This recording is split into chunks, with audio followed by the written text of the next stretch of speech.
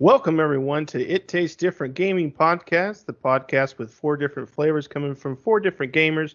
I am your host, Nick Irwin, and I want to welcome my co-hosts, Shane Eisterhold, Patrick Smith, and Russell Rowe.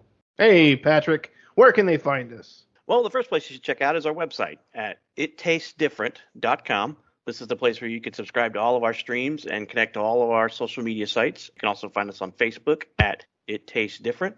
We're also on Instagram at It Tastes Different PC. And then last but not least is Twitter, where you can find us at It Tastes Diff. On the menu today, we order a pizza for 30 minutes or less with Ghostrunner. Ghostrunner is a action platformer developed by One More Level and Slip Game Ironworks, and the publisher is All In Games and 505 Games and 3D Realms.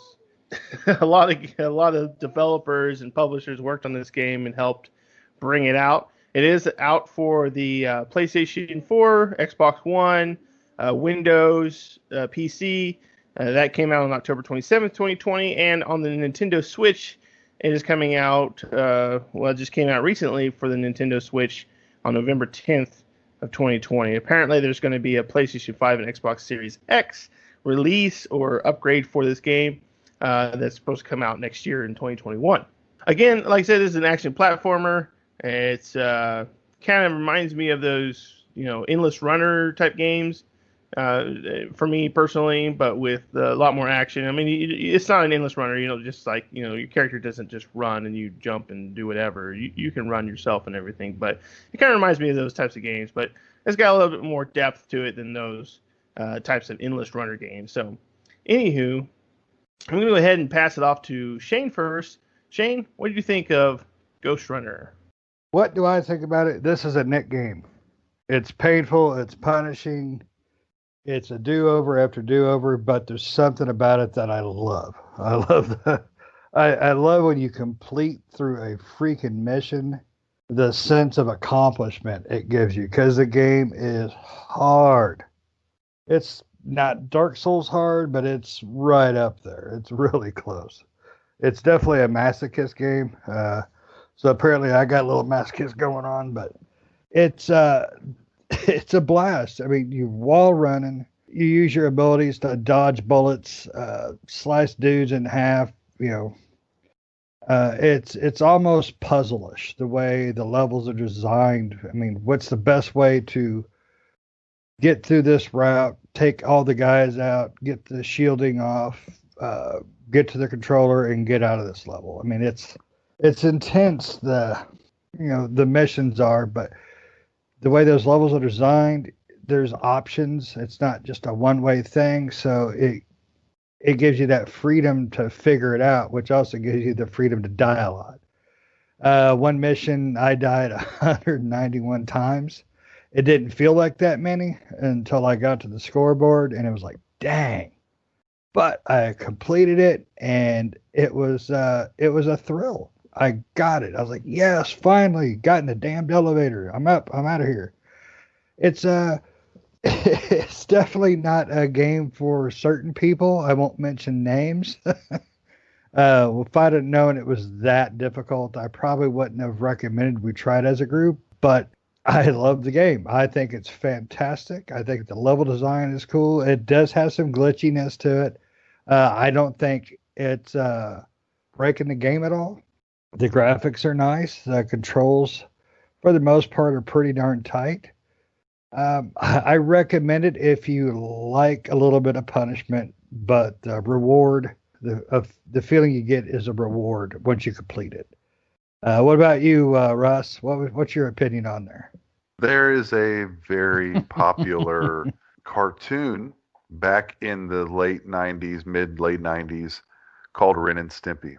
In one of those episodes, there was Mr. Horse. Mr. Horse was trying the powdered toast, and he was asked, well, do you like it? And he goes, no, sir, I don't like it. And that's basically how I feel about this game. One thing I will kind of add to this is that, Shane kind of said if he would have known it was this difficult, it's not that the difficulty of the game, because really it's not that difficult of a game. You tread walls, you jump and grab things, you slice and dice things. the basis of the game is not too difficult. It's the product, it's the way the game was made where I start to have an issue. The game is made to try something 1,000 times, and then if you do it 1,001 time, yay, you did it. There's no going back to, like, maybe you could probably perfect your technique and everything like that, and that's fine and dandy, but I don't have enough patience after 237 deaths to do that. When you have I'll leave that portion of what I was going to say there to Patrick, because Patrick will I think he's going to kind of lean into a little bit of that. But I mean, graphically, it looks pretty good. It looks like a pretty basic game put together. All those things are fine. It's just, this is not my cup of tea in a game. Not that the style of the game I couldn't do. It's just the zero error part of it that is just frustrating. And I don't mind making mistakes in a game, but I should at least, if I make the one mistake, have a margin of error to correct that and pull through with a win or something like that. And this game doesn't do that. Either you run the wall, either you grab the thing, or either you kill the guy or you're done. Plain and simple. So I struggle with it. I know it's got some great reviews overall, but it was not one of my things. So I'll just send it to Patrick and allow the flurry of curse words to begin. Are we ready to start beeping? Well, Ghostrunner failed to deliver my pizza in 30 minutes, so I should be free. It looks cool. The game looks cool. It's very cyberpunkish. You're like a robotic ninja with a katana. What's not to like about that? The game looked really cool. Seemed like a really cool concept to me until I got it and played it. I did not realize that the type of game that it was. I did not realize that it was those try 100 time type games. I thought it was just going to be kind of like this platformer with the wall running, kind of platformer with parkour stuff. But it's how we do games. Somebody will pick a game, we all play it. We all may not like it, but this is one of the ones that I really didn't like. I don't know if it was buggy or just me. It could have been just me, but I ran into a lot of stuff where I just couldn't attach to walls and wall runs, stuff like that. So it drove me nuts. I know a game is not going to be for me when I complete the first level and I look at it and I say I died 35 times, and then it shows me the stats of how many times my friends died when I played it. I'm like, any game that's going to give you a timestamp on how quickly you beat the level and how many times you died, as it's like a trophy. I already know. I'm like, well, I'm already out on this one if it's going to tell me that, I've died this many times. And there was levels where I died over 200 times trying to get through them, and not something that I definitely like to play. But to me, it looked pretty. It had a cool concept with the whole wall running and the little attach arm where you can grab onto stuff and swing, and then the slow down time and the leap stuff. I mean, it was a cool concept. It was just, as Russ stated, there's no margin for error in the game, or especially early on when you play it and you come into your first multi-enemy level. They're crack shots. They will shoot you. If you make one mistake and bypass them, they are going to just shoot you in the back as soon as they get a chance. So it's a little bit. It's not difficult, is what I would say. The reason it's not difficult is it's the game is designed to make you fail. That's the whole point of these types of games. You're designed to fail and try again until you get through them. So I mean, that's just what they are. I felt like I ran into bugs, but it could just be me. Like I said, I didn't look on the forum to see if other people were having the same issue, but I had biggest thing was just wall attachment issues. Or sometimes I would hit the slow button to juke left, and for some reason he would slow and then just juke straight, and I'm like, what's going on here? You're supposed to be going to the left or the right. So, not my cup of tea, but definitely a pretty game and a cool concept. Nick, what'd you think about this one? I like this game. I didn't at first, and it was because of really the main thing is, if you're an old school gamer like all of us are, where we've been playing games for years, one of the main things you need to do is change the control scheme. The control scheme starts out where it's the right bumper to jump and the right trigger to attack. And for me, I was having the hardest time with that. So luckily, Shane was able to figure out that in the settings, you can change the controls to where they call classic in the settings, where it's basically A to jump, and then pretty much all the rest of the buttons I think are the same. I think it just changes the right bumper from jump to A to jump. For me, that was the easiest way to play this game. Once I changed, I was dying a lot and having a really hard time with this game. Once I changed that control scheme, I had a much easier time with this game. I did run into the same issue as you, Pat, where I didn't have an issue with the left bumper and the slowness. And one of the main issues I ran into a lot was where your character would run towards a wall and it would just hit the wall and fall and die. Right? He wouldn't attach to the wall because basically they're supposed to stick to the wall and then run across it. And there was times where that just wouldn't happen. So I think that is a bug because it feels like, I mean, I could run at the wall 20 times the same way, and one of those 20 times he wouldn't stick to the wall, right? And in the same position, look in the same direction, go in the same speed and everything, and it just wouldn't attach to the wall. So I think that is a bug or some weird thing with the game that they could probably patch out and fix. You know, for listeners, that doesn't happen as often as you may think. The whole wall sticky thing where they don't stick to the walls is kind of a here and there type thing, more than a like all the time type of thing. So don't get us wrong when we say that stuff does happen. It does happen, but more times than not, your character is going to stick to that wall and run across it. So, like you guys said, this game is difficult. It's hard. It does make you die and repeat. It's really an exercise in getting things perfect, right? When you go through. Now, may not be 100% perfect, but it wants you to keep retrying until you get the scene perfect, pretty much. The nice thing about this game is it does have a lot of checkpoints. There's a lot of points in the game where it does throw up a checkpoint. So if you do die, you're not that far back, which is nice. I think I would have probably ended this game early if it was a thing where you have to get to the whole level, you know, where it's basically you had to get to the whole level or nothing at all. Or like maybe an instance where a checkpoint's just in the middle of the level and that's it. With this game, like every little section that you go through, it checkpoints. So if you die, you pretty much just start that little section over again. You know, and it kind of cuts it up in that way. Whereas this little section where you roll, you know, you do a bunch of wall running and jumping, or you kill a bunch of enemies, and then it checkpoints once you get through that, and then lets you continue. So that's a nice thing about this game is, even though it is tough, it is hard, and it is a game where you have to constantly repeat your actions, it does have a lot of checkpoints, so you don't feel like, oh man, I gotta start all the way back at the beginning. Because if it would have felt that way to me, if it would have been that way where you had to start back at the beginning, I don't think I would have gone through the game like I did. I don't know if anybody else beat. I beat this game. I completed it 100%. Beat it all the way to the end. Did anybody else complete it? I'm still working on it. I have not had a lot of time on this one just because freaking life. But I do plan on beating it because like I said, it's one of those things. You accomplish a level, it feels like an accomplishment. It really does. I enjoy the heck out of it. I don't think it's as glitchy as you guys think. I think you all just suck and you can't hit the wall. But that's why you haven't beat it, right? Because no, I just haven't had a chance.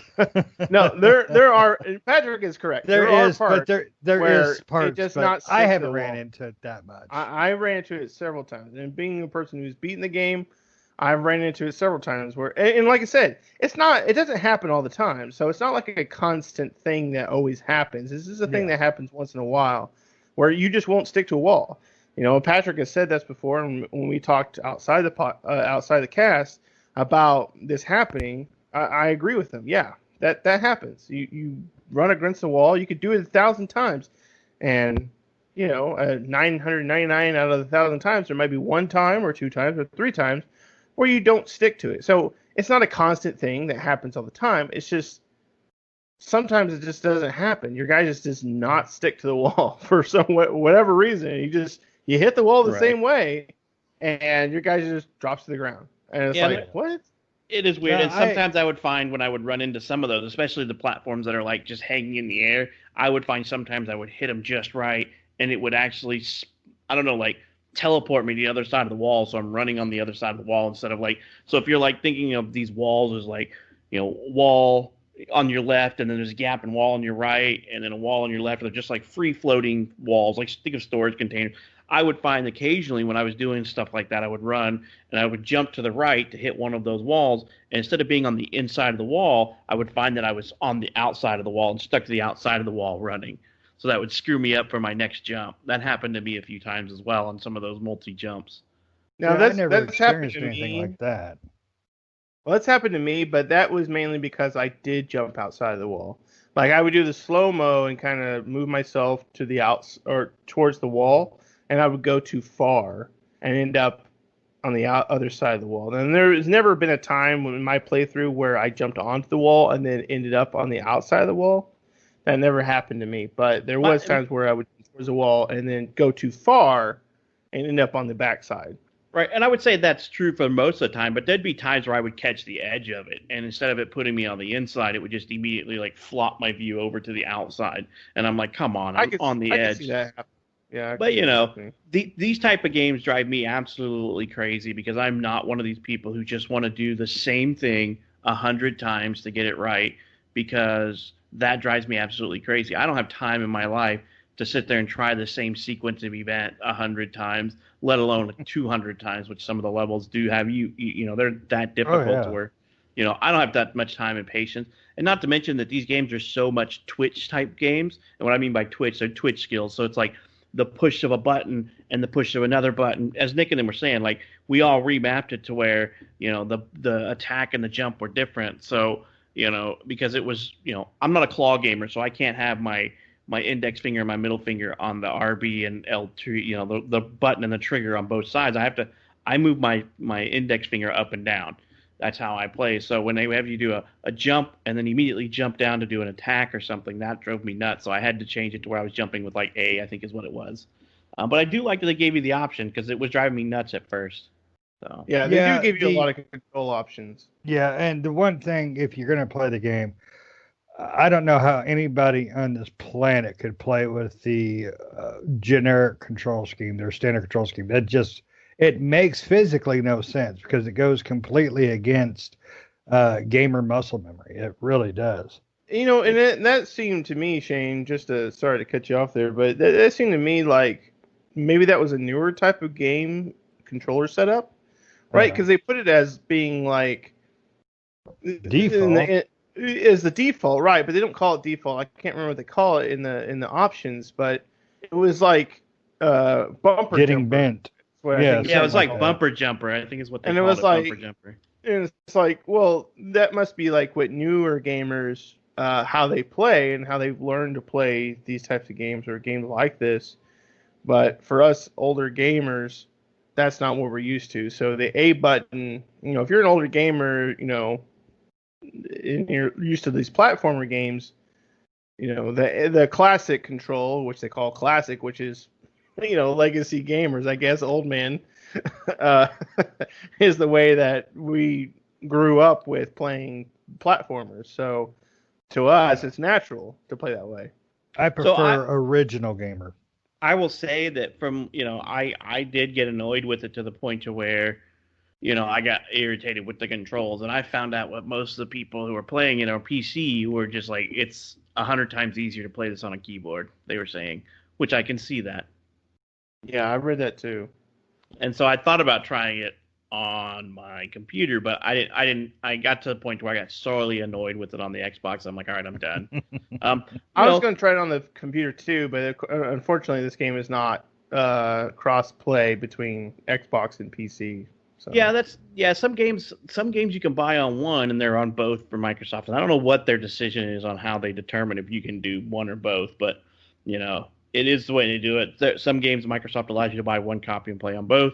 It's probably something to do with the developer, the publisher, or something in their type of stuff. But this game, I don't know, man. Games like this just make me tense up. And what ended up happening is I played this game for a couple hours straight, and you know, my shoulders. I don't know. When I'm playing it, I'm it's twitchy. And what I mean by twitchy is just like fast finger movement. So I'm sitting there tensed up the whole time I'm playing, and you know, and whenever you do a jump to the right and you're like, you know, you do that quick movement to the right with your body. I don't know what it is. It's just the way I play games. So I'm like moving my body while I'm playing. And when I got done with 2 hours of play, I felt like I had worked out. My shoulders were sore. My back was kind of sore from being hunched over and I'm like just all tensed up while playing this game. And that's not entertainment for me. It's not the reason I play games. I play games for an escape, for entertainment, you know, tell stories, stuff like that. And this game just didn't do it for me. It had a pretty interesting story, but it was pretty generic, I guess. It was interesting in that it was cyberpunkish and that you were a machine and all that kind of stuff. But you know, it was okay. But the gameplay for me was definitely not something I wanted to play, and so I didn't beat it. I'm not even sure how far I made it into there. I got to the mainframe and all that kind of stuff, and then at that point I was just like, all right, I've had enough of this game. I don't want any more punishment. But like I said, I knew immediately after the first level that this was not going to be a game for me, and I just had to trudge through it so I can review it, because the only two stats you get is how quickly you did it and how many times you died. And I'm like, that says all I need to know right there. Yeah, the first level is very misleading in the game, because to me the first level is probably the hardest level I've dealt with so far. It really is, because you don't have any of the upgrades that you've unlocked, but it's still the same punishment you get through all the other levels. I was a little surprised at the difficulty of the first level, because even I was almost about to hit, the hell with this, but I didn't, and I completed it and I loved it. I think this game needs a difficulty level, just to tone it down a little bit, to give you a little bit of a breather for some people. I think, Pat, if you would have knocked the difficulty down 20%, I think you'd have enjoyed it. I think both you and Russ would have. And normally, I do not like a game that makes me want to, destroy something. And this game, it never got me quite to that point. It was bearable because you can complete it. You gotta quit messing up. You gotta get that rhythm. Because I don't blame the game for any of my failures. I blame me. Although there was a few areas that were hard. Well, I will say that difficulty has anything to do with it. Even having a difficulty slider, this game is really about knowing what to do in a situation, right? And the game Rhythm really and isn't pattern. that.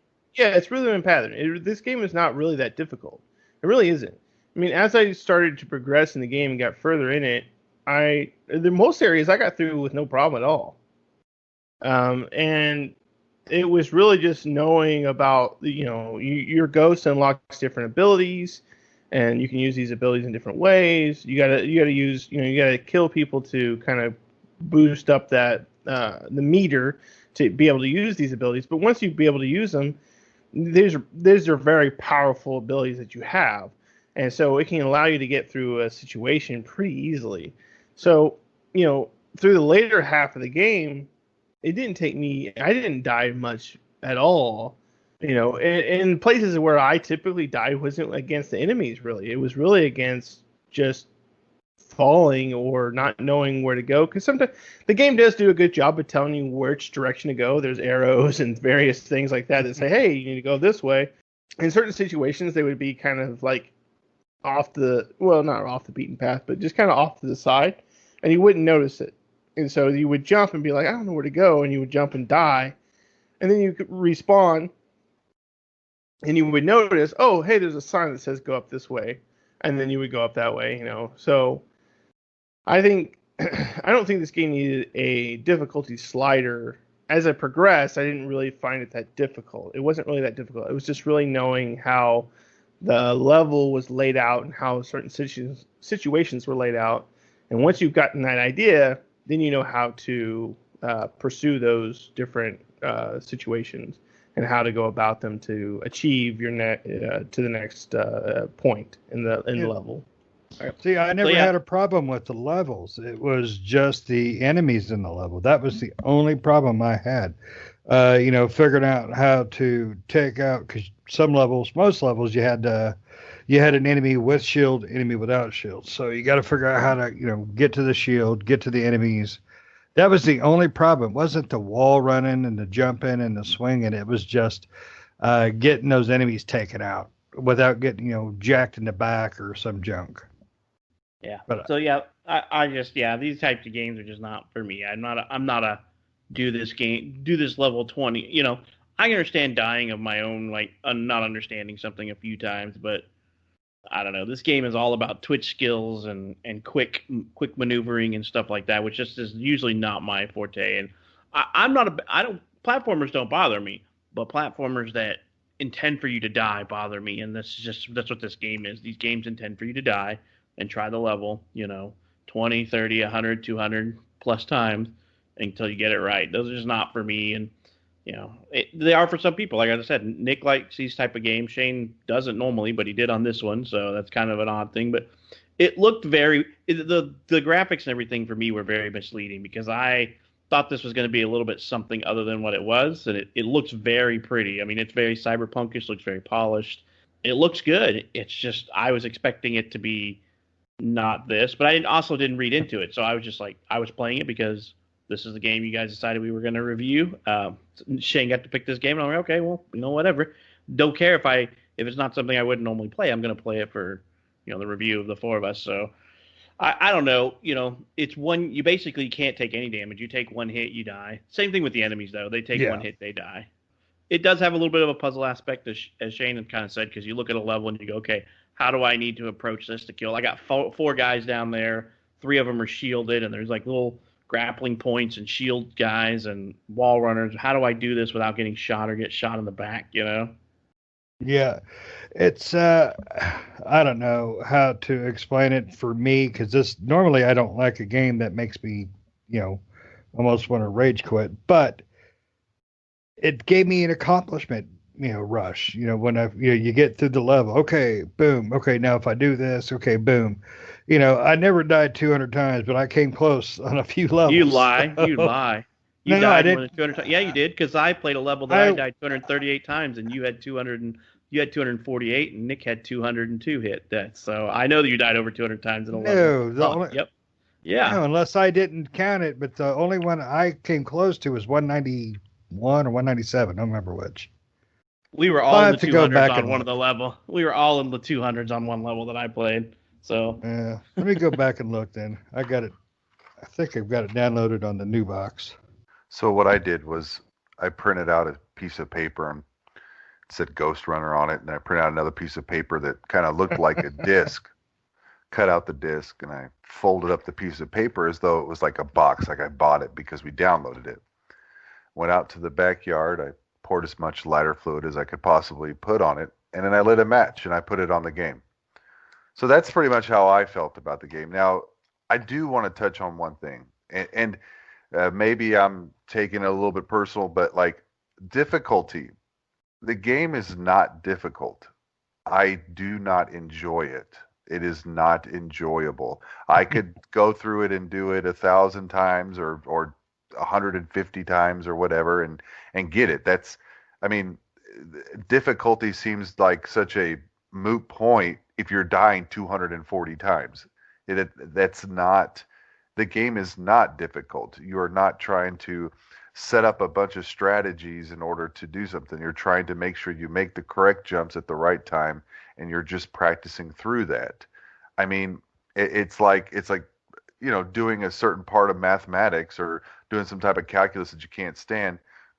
You force yourself through it to get it done, and that's what this game feels like. It's like I had to force myself to get 3-4 hours of gameplay so that I could have a competent review of the game and not feel like I am an hour and done. I did manage about 3.5 hours. I got maybe 3 quote unquote levels done, which was nowhere near probably whoever. I guess Patrick would be the least. I don't know if you and Shane got about to the same place, but I got to about half that far, and I did not enjoy it.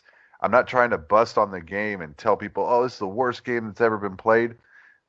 The point of this podcast is it tastes different. And it tastes like rotten sewage to me.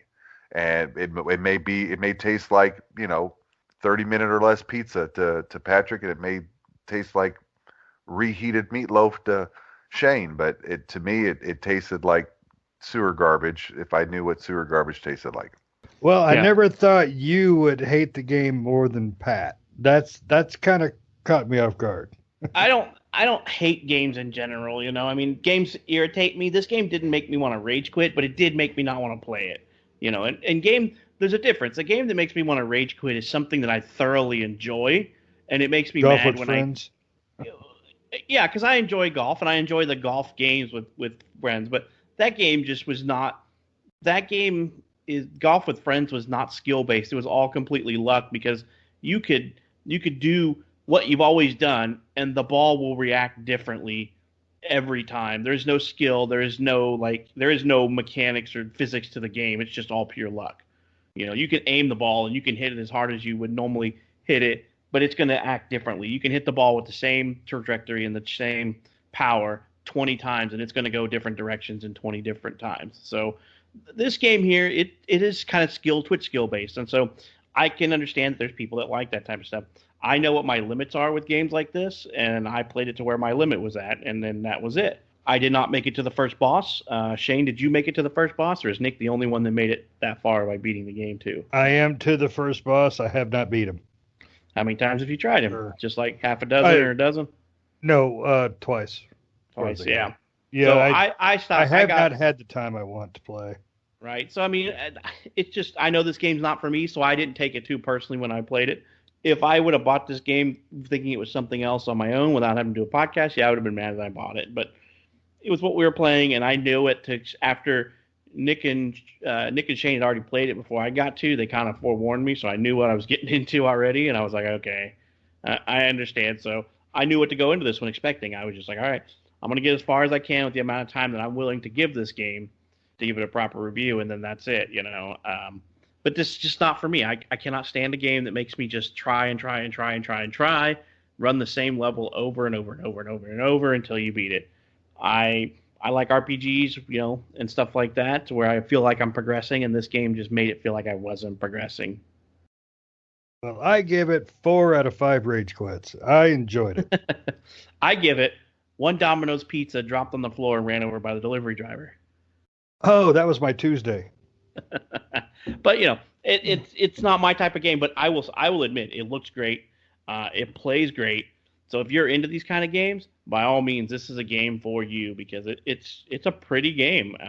Very cyberpunkish and looks pretty cool. So I would definitely give it a shot if you're into these kind of games. If it was a RPG or an action game, more of an action adventure rather than a parkour / platformer, I probably would have enjoyed it more. But because I think it looks very much sci-fi-ish and it's very cyberpunkish. So yeah, I would agree. It's a Twitch style game, like you said.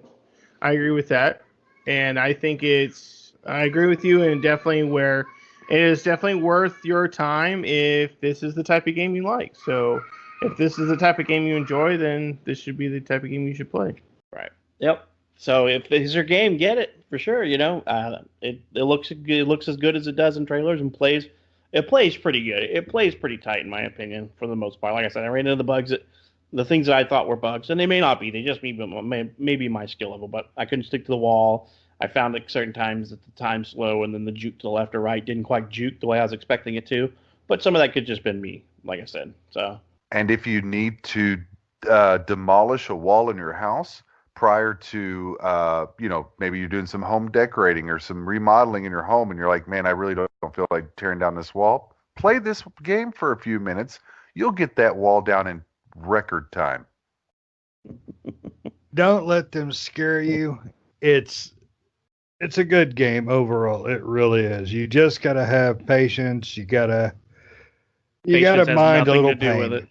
Patience has nothing to do with it. Yeah, I mean, if it's a game, you have to be patient to learn that each level, each section. I mean, I'm pretty sure I have more patience in life than Shane does, and I doubt that. I was gonna say you met my wife. I was going to say, hold on a second. Patrick knows me better than any human on the face of this earth. Patrick, where would you put my level of patience at? I mean, you put up with a lot of crap, so I would say it's pretty high. But I mean, I have patience. This isn't patience. This is frustration. This game is frustration, and it's nothing to do with being patient.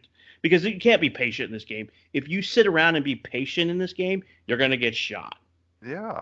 I mean, it has nothing to do with patience. Yeah, you got to be patient to learn the level. That's not patience. No, that's not patience. Patience. You can't let that get you down and make you angry and make you. That's practice. Screw up. Exactly. How do you get to Carnegie Hall? Patient. That's practice. That's not patience. That's practice, Shane.